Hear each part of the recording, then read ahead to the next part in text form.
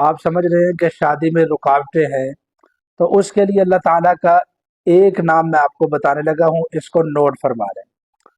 और इसको आप तकरीबन 1100 मरतबा इसको रोज़ाना पढ़ें। इशा के बाद सलातुल हाजत के 2 नवाफिल अदा करें, मुसल्ले पर बैठ जाएं, अव्वल आखिर 7-7 मरतबा दरूद पाक पढ़ें।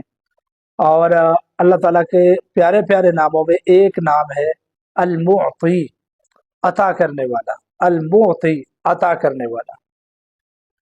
इसको आपने 1100 मरतबा पढ़ना है इस तरीके से, या मुअती, या मुअती, या मुअती, या मुअती।